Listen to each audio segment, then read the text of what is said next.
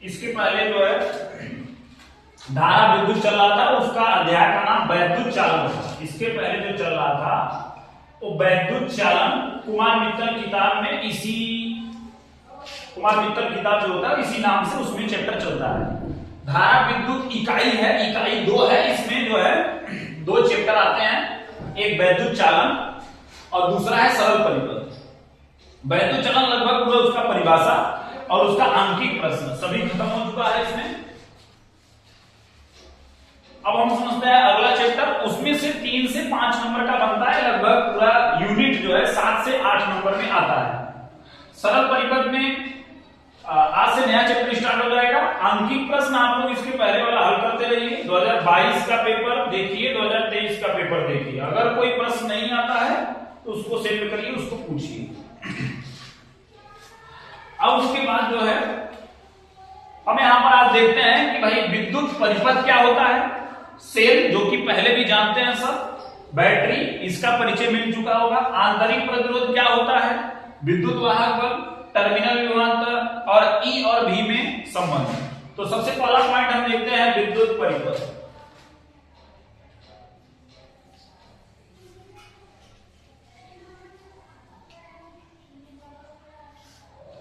विद्युत परिपथ जिसको अंग्रेजी में कहते हैं इलेक्ट्रिक सर्किट।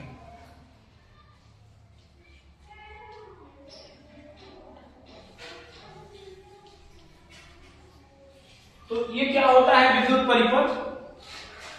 कोई भी जैसे सेल है या बैटरी है, सबको पता है कि बड़ी पाई एक छोटी पाई बनाएंगे तो ये सेल होगा, इसमें प्लस और ये माइनस।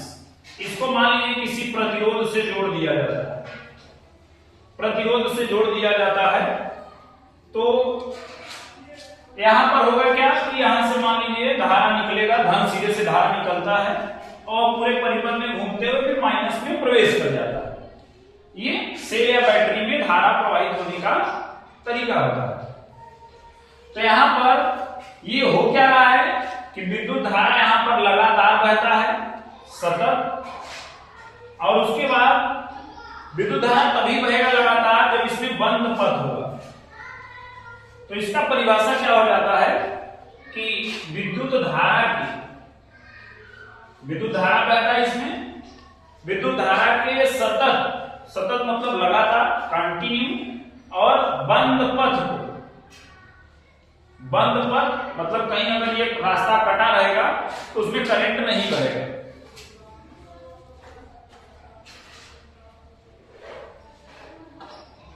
तो इसका परिभाषा पेपर में नहीं आता है, स्वयं के जानकारी के लिए होता है ये कि विद्युत धारा के सतत एवं बंद पथ को विद्युत परिपथ कहते हैं। यहां पर आवाज में समस्या हो सकता है, माइक हमने मंगाया है लेकिन वो जो है सही से काम नहीं कर रहा है, उसमें आवाज और खराब आ रहा है। मैंने रिकॉर्ड किया था लेकिन उसको अपलोड नहीं किया। तो विद्युत परिपथ सबको समझ में आ गया कि भाई विद्युत धारा के सतत एवं बंद पथ को विद्युत परिपथ कहते हैं। अब हम समझते हैं सेल क्या होता है।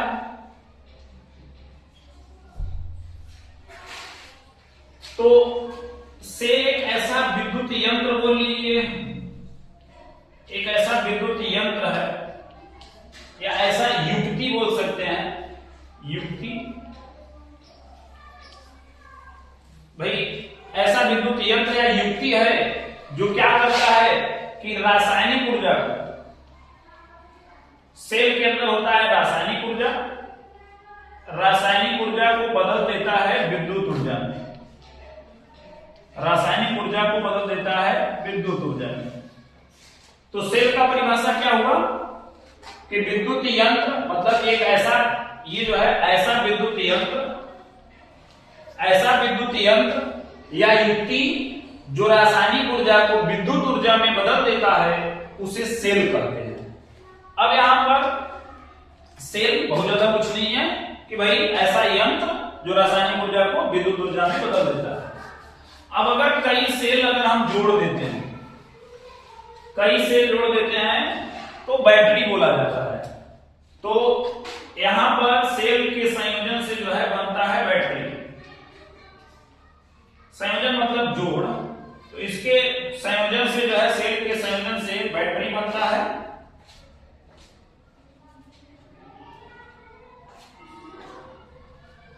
यहां पर सेल का संयोजन का मतलब जैसे पहले टार्च होता था, अभी कुछ लोग के यहां होगा, तो टार्च में होता क्या था कि 3 जो सेल लगाते थे, टार्च के अंदर सेल लगाते थे, सेल में प्लस माइनस रहता था, ऐसे लगाते थे जो है।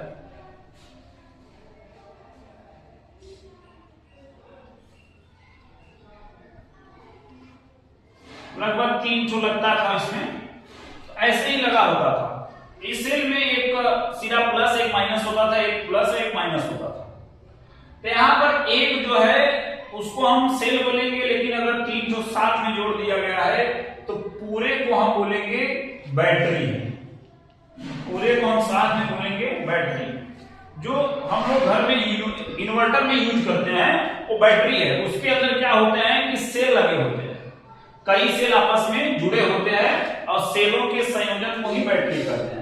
मतलब अगर आपसे कोई पूछे कि भाई बैटरी क्या होता है, बैटरी क्या होता है, तो आप बताएंगे कि सेलों के संयोजन को बैटरी कहते हैं। सेल का अगर जोड़ कर दिया जाएगा, 2 सेल जोड़ेंगे तो दोनों को साथ में बैटरी कहेंगे, 3 को जोड़ेंगे तो तीनों को बैटरी कहेंगे। तो सेलों के संयोजन को बैटरी कहते हैं।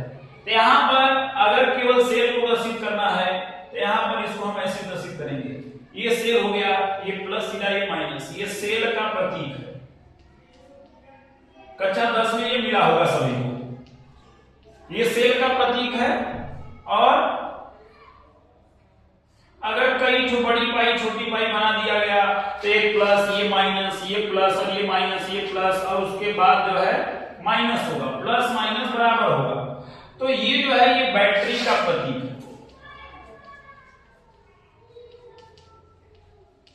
बैटरी का सिंबल है, प्रतीक है। अगर कहीं ऐसे बना है तो ये सेल का सिंबल है और ये बैटरी का सिंबल है। और एक बात इसमें और जान लीजिए कि सेल में जो है धारा धन सिरे से निकलता है और धारा तभी बहेगा जब बंद पथ होगा।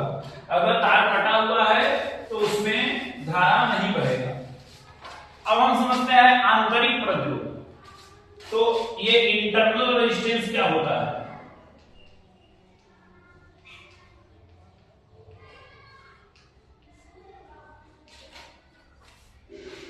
आंतरिक प्रतिरोध जैसे मान लीजिए आप कोई बल्ब ले लिए हैं,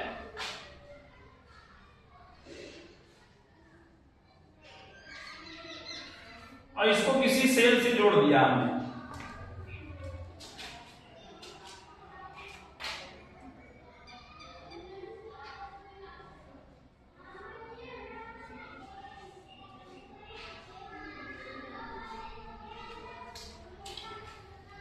मान लेते हैं ये प्लस सिरा ये माइनस सिरा। तो इसमें अगर किसी सेल से जोड़ेंगे तो क्या होगा इसमें कि प्लस सिरे से धारा निकलने लगेगा और प्लस से माइनस में प्रवेश कर जाएगा। तो होगा क्या कि जब धारा बाहर वाले परिपथ में बहेगा तो उसमें इसको अवरोध महसूस होगा, रुकावट, जिसको हम बोलेंगे प्रतिरोध आर। तो ये जो धारा है सेल के बाहर तो प्लस से माइनस की ओर बहता है। सेल में बाहर धारा, सेल के बाहर धारा प्लस सिरे से माइनस की ओर, लेकिन अंदर जो धारा है वो माइनस से प्लस की ओर बहता है। ये प्रश्न है कि सेल के बाहर धारा जो है प्लस सिरे से माइनस की ओर बहता है और सेल के अंदर धारा माइनस से जो है प्लस की ओर बहता है। और आंतरिक प्रतिरोध क्या है? धारा जो बाहर बहता है तो बाहर जो इसको अवरोध महसूस होगा, इसमें जो मुक्त इलेक्ट्रॉन बहेंगे उसको हम बाह्य प्रतिरोध बोलेंगे, बाहर का प्रतिरोध। लेकिन सेल के अंदर भी धारा बहता है तो इसमें जो धारा में रुकावट आएगा या मुक्त इलेक्ट्रॉन के मार्ग में अवरोध जो उत्पन्न होगा उसे ही हम बोलते हैं आंतरिक प्रतिरोध। तो परिभाषा क्या देंगे इसका? परिभाषा ये देंगे कि सेल के पदार्थ द्वारा, सेल के अंदर कोई पदार्थ भरा होगा, सेल के पदार्थ द्वारा, और ये हम बता देते हैं, पीडीएफ आप देखेंगे अच्छे से समझ में आ जाएगा।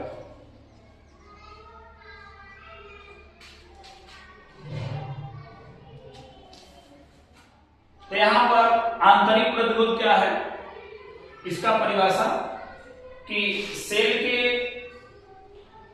पदार्थ द्वारा, सेल का जो पदार्थ है सेल के पदार्थ द्वारा मुक्त इलेक्ट्रॉनों के मार्ग में या धारा के मार्ग में उत्पन्न अवरोध, क्योंकि हर जगह यहां बहते हैं।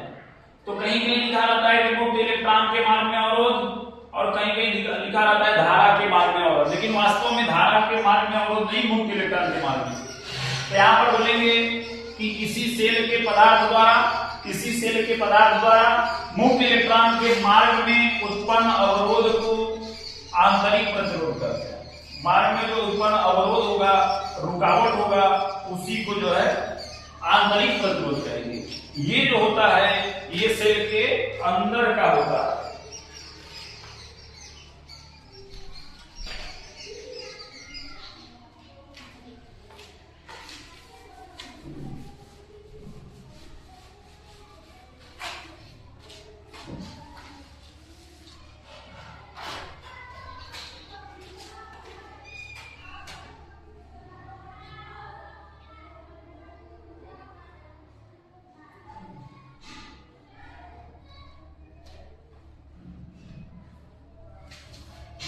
अब इसमें सेल का जो आंतरिक प्रतिरोध होता है, इसको प्रदर्शित करने का तरीका है। अगर कहीं ऐसे लिखा है सेल है और उसके बगल में ऐसे बनाया है और बॉक्स बना दिया है, तो ये जो सेल के जस्ट बगल में होता है यही होता है आंतरिक प्रतिरोध, और आंतरिक प्रतिरोध को स्मॉल आर से लिखा जाता है।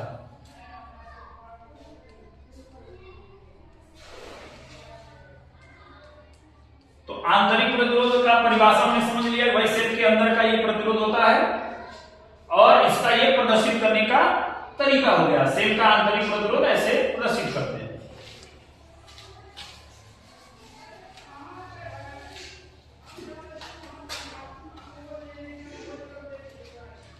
अब हम समझते हैं विद्युत वाहक बल।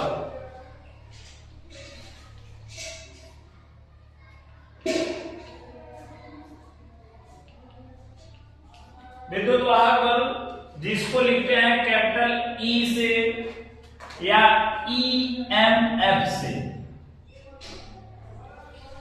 ईएमएफ क्यों लिखते हैं? ई का मतलब होता है इलेक्ट्रोमोटिव फोर्स, इलेक्ट्रोमोटिव फोर्स जिसको बोलते हैं विद्युत वाहक बल। ये होता क्या है कि जैसे मान लीजिए कोई सेल है और उससे कोई बाह्य प्रतिरोध जुड़ा हुआ है,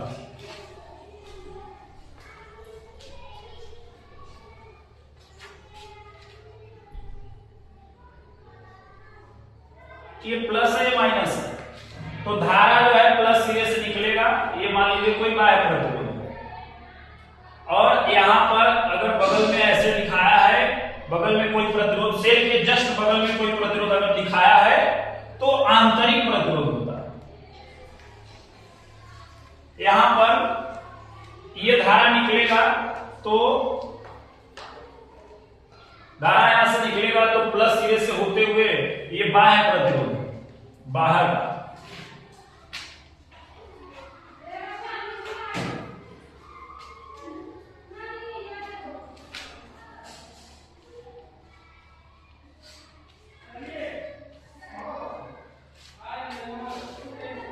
तो विद्युत वाहक बल क्या होता है? विद्युत वाहक बल E बराबर होता है W/Q। ये W/Q का मतलब क्या है कि इस तार में धारा तभी बहता है जब इसमें आवेश बढ़ता है, और W क्या है? कार्य। कार्य क्या है? आवेश को अगर प्रवाहित किया जाएगा तो कुछ कार्य करना पड़ेगा। अब आवेश प्रवाहित कहां कहां होता है? आवेश एक तो बाहर वाले तार में और सेल के अंदर भी। तो इसका परिभाषा कैसे देंगे? ये W जो है सेल सहित पूरे परिपथ में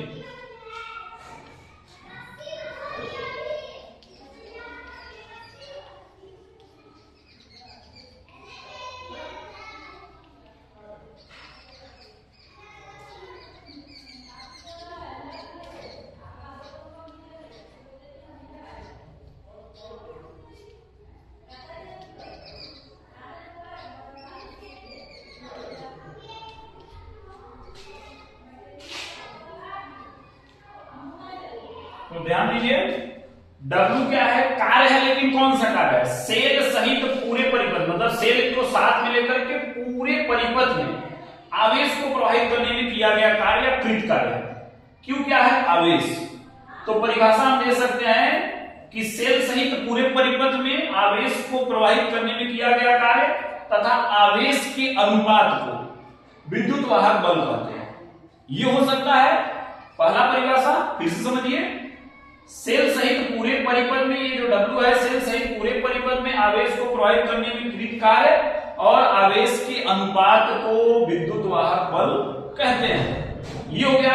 या तो ऐसे बोल सकते हैं Q बराबर अगर 1 मान लिया जाए, तो जब 1 मान लेंगे यहां पर, तो इसको एकांक आवेश बोलना पड़ेगा। तो शुरू में यही लिख देंगे कि एकांक आवेश को, ये जब 1 हो जाएगा तो इसको शुरू में बोलेंगे कि एकांक आवेश को सेल सहित पूरे परिपथ में प्रवाहित करने में किए गए कार्य को विद्युत वाहक बल कहते हैं।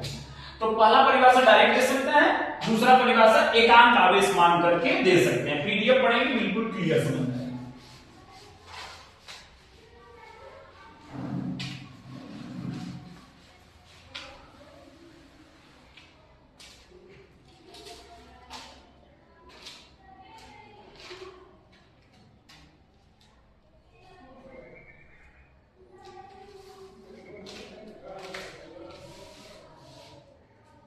अब हम समझते हैं यहां पर टर्मिनल विभवांतर।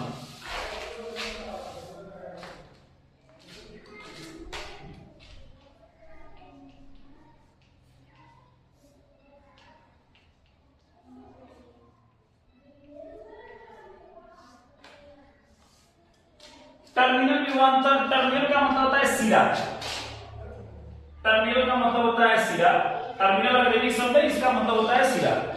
तो टर्मिनल विभवांतर क्या है, जैसे मान लीजिए कोई बाह्य प्रतिरोधक, इसको जोड़ दिया गया किसी बैटरी से,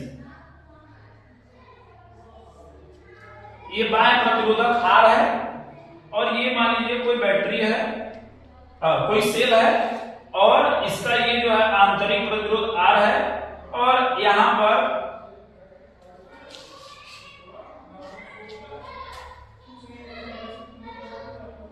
तो जब इसको बाह्य प्रतिरोधक को किसी सेल से या बैटरी से जोड़ा जाएगा तो इसके सिरों पर एक विभवांतर उत्पन्न हो जाएगा। इसके सिरे का मतलब 2 सिरा है इस प्रतिरोधक का, बाह्य प्रतिरोधक का। बाह्य क्यों बोला जा रहा है, क्योंकि यहां 2 प्रतिरोध होते हैं, एक आंतरिक प्रतिरोध है सेल के अंदर का, एक बाहर का है बाह्य प्रतिरोध। तो यहां पर इसका परिभाषा, टर्मिनल विभवांतर का परिभाषा क्या होगा कि जब किसी बाह्य प्रतिरोधक को या प्रतिरोधक को किसी सेल से जोड़ा जाता है तो उसके सिरों पर जो विभवांतर उत्पन्न होता है उसे ही टर्मिनल विभवांतर कहते हैं। मतलब जब किसी सेल से किसी प्रतिरोध को जोड़ेंगे तो उसके सिरों पर जो विभवांतर उत्पन्न होगा वही बोला जाएगा टर्मिनल विभवांतर।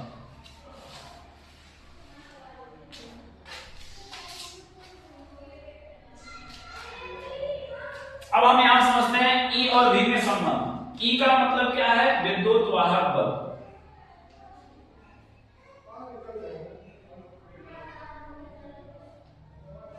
और V क्या है, टर्मिनल विभवांतर।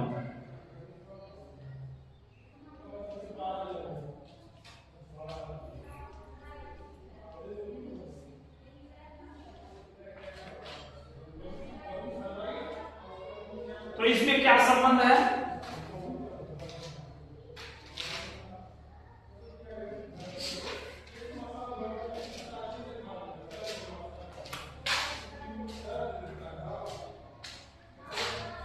तो इसमें हम देखते हैं E और V में क्या संबंध है। सबसे पहले हमें पता है कि विद्युत वाहक बल को शॉर्टकट में ऐसे लिखते हैं, E बराबर होता है W अपान Q, E बराबर होता है W अपान Q। W बराबर हो जाएगा यहां पर कुल कार्य। ये W कुल का मतलब क्या है, 2 जगह कार्य करना पड़ेगा आवेश को प्रवाहित करने में, एक तो बाहर वाले परिपथ में, एक अंदर वाले परिपथ में। तो यहां पर हम W लिख सकते हैं हिंदी में कि W बाह्य प्लस W आंतरिक और बटे में Q। एक बात आप लोग ध्यान दीजिए, यहाँ अंग्रेजी में भी लिख सकते हैं EX और यहाँ IM। EX का मतलब एक्सटर्नल और इसका मतलब हो जाएगा इंटरनल IM। तो इसको ऐसे लिख सकते हैं WEX और इसको ऐसे लिख सकते हैं WIMT। W बराबर होता है, एक हमने फार्मूला पढ़ा है V बराबर W/Q। तो W बराबर क्या हो जाएगा, W बराबर हो जाएगा V × Q। तो यहां पर हम लिखेंगे, W बराबर होता है V × Q। ये V बाह्य प्रतिरोधक के लिए है, प्लस यहां पर आंतरिक का इसका जो इसमें जो है जो विभवांतर है इस सेल के लिए उसको हम मान लेते हैं V' आंतरिक प्रतिरोध के लिए। तो यहां पर ये हो जाएगा V × Q बटे में ये Q हो जाएगा। इसका क्या मतलब है, देखिए W कुल का मतलब सेल के अंदर का और सेल के बाहर का कार्य, तो लिख दिया गया। अब ये बाहर के लिए फॉर्मूला लगाएंगे तो V × Q, दोनों जगह Q क्यों लिखा गया, आवेश एक ही है जो दोनों हर जगह प्रवाहित हो रहा है, इतना हो जाएगा। अब यहां से क्या करेंगे, यहां से कॉमन बनाएंगे तो E बराबर हो जाएगा, यहां पर Q कॉमन बना लेंगे तो बचेगा V + V' बटे में Q से Q कट जाएगा। तो E बराबर ये बाह्य के ऐसे रखेंगे, आंतरिक वाले के फॉर्मूला लगा देंगे V बराबर I × R। अब आंतरिक के लिए R स्मॉल r है तो आप लिख देंगे यहां पर हो जाएगा I × R। यही फॉर्मूला हो जाएगा, या तो इसको लिखिए या तो V बराबर निकालेंगे तो ये इधर चला जाएगा, इधर आ जाएगा। मतलब इसको ऐसे लिख सकते हैं कि E - IR बराबर V, या V बराबर हो जाएगा E - I × R। इस पर सवाल बहुत आया है, पेपर पढ़ेंगे आप लोग, इस पर सवाल कई बार पेपर में आया हुआ है। फिर से इसको हम समझ लेते हैं, यहां पर पहले समझ लेते हैं, यहां पर ये है क्या, V है टर्मिनल विभवांतर,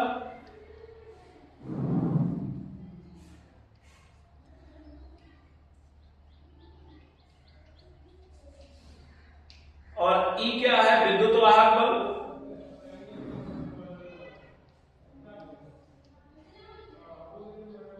I क्या है, धारा,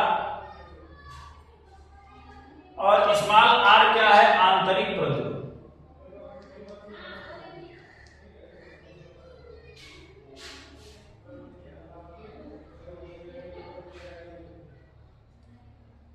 फिर से इसको समझ लेते हैं। यहां पर हमें संबंध निकालना था,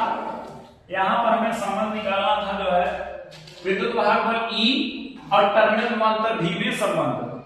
तो एक हम फिगर बना लेंगे कि एक सेल है, उसका आंतरिक प्रतिरोध R है, उसके लिए विभवांतर V' है आंतरिक प्रतिरोध के लिए, और इसका जो है सेल का विद्युत वाहक बल जो है मान लेते हैं कैपिटल E है, और सेल से जुड़ा बाह्य प्रतिरोधक जिसका आंतरिक प्रतिरोध जो है, जिसका बाह्य प्रतिरोधक R है और विभवांतर V है, ये माना जाएगा। पीडीएफ में आपको लिखा हुआ मिलेगा।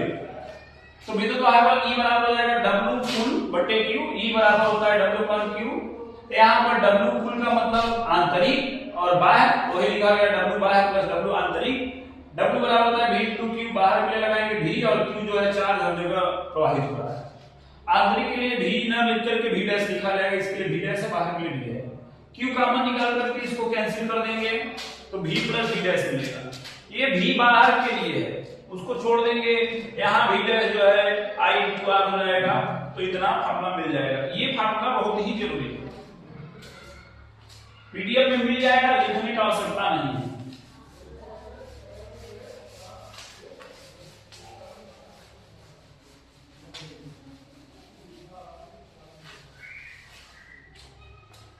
अब इसमें कुछ नोट पॉइंट है, उसको समझ लीजिए।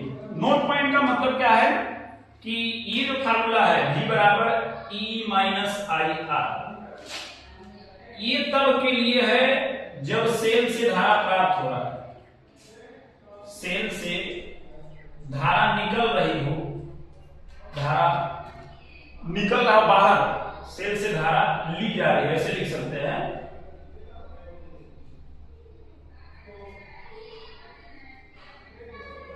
या अगर धारा निकल रहा है सेल से, मतलब वो निरावेशित हो रहा है। निरावेशित का मतलब डिस्चार्ज।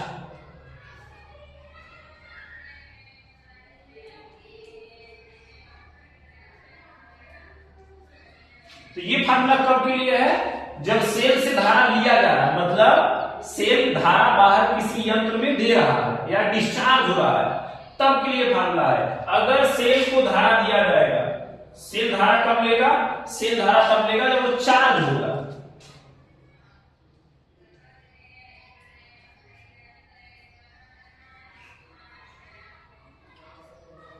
तो सेल को धारा दिया जाता है तो V बराबर क्या हो जाएगा? जो यहां धारा I रखा गया है वो माइनस I रखा जाएगा।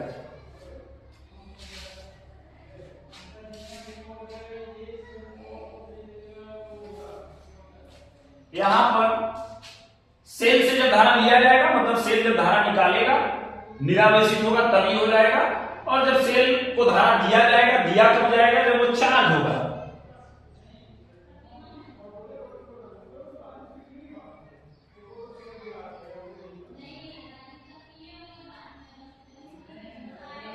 तो V बराबर ये हो जाएगा, E बराबर यहां जो I है इसको माइनस I रख देंगे तो ये प्लस हो जाएगा। लेकिन ज्यादातर यही फार्मूला यूज में आता है, 90% केस में यही फार्मूला आता है। लेकिन उसमें शब्दों का ध्यान रखना है कि सेल से धारा लिया जा रहा है, सेल धारा निकाल रहा है, डिस्चार्ज हो रहा है तब के लिए है। और ये सेल को जो धारा दिया जा रहा है, देने का मतलब वो चार्ज हो रहा है तब के लिए है। तो इतना आज तक के लिए काफी है। इसको आप लोग देखिए और पीडीएफ पढ़िए। देखने के बाद तुरंत पीडीएफ पढ़िए तो ज्यादा समझ में आएगा।